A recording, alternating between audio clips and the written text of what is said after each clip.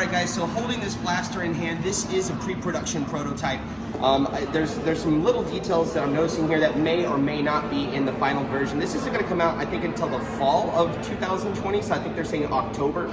Sometimes they say October, then it actually comes out in August, whatever. Point is, it's not going to come out now. So, what you see in this video might not be exactly what you get later in retail. Sometimes there's minor changes and differences. One thing I wanted to point out here, and this is something you can do now, is you can pull out the magazine. You can see this is going to be a normal in-strike style magazine. So at the top, very much what you would expect here, which means that if you want to take that 50 dart drum from your Titan and pop it in here, it's actually going to work. It may not look beautiful, but it's going to work. Now down here on the bottom, you can see they have a little bit of a cosmetic sort of addition to get that extra width.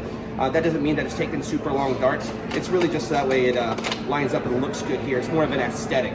But this is a sort of a bullpup style, almost like a Raven re-release. Some people were asking online about this trigger because in the photos it almost looks like you can select things.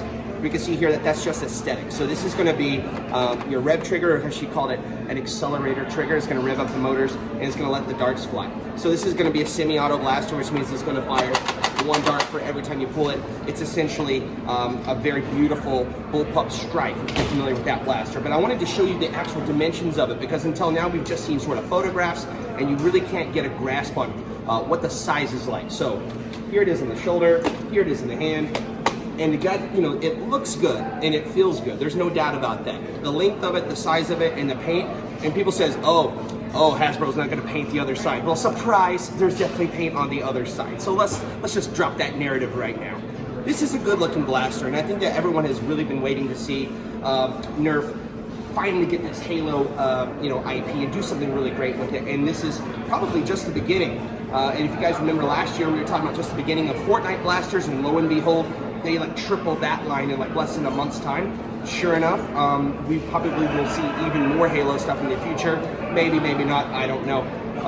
But this does take, they said four C batteries. It looks like the battery tray is going to be right here. So there's your screws, and you're going to put them in here. So that's going to add a little bit of weight in the front as well. So this is going to feel a little bit different in hand. But I also like that it has a tactical rail here on the top. So if you want to play around and remove this, but this comes with it. So this is going to be a lot of blaster, and Halo fans and video game fans and Nerf fans all around the world are probably going to really love this one. This is one of the highlights of the Hasbro Toy Fair. So if you like what you see, make sure you hit the subscribe button, like this video, leave a comment below and let me know what you think, and make sure you stay subscribed right here for more content right here from Hasbro Toy Fair in New York City 2020.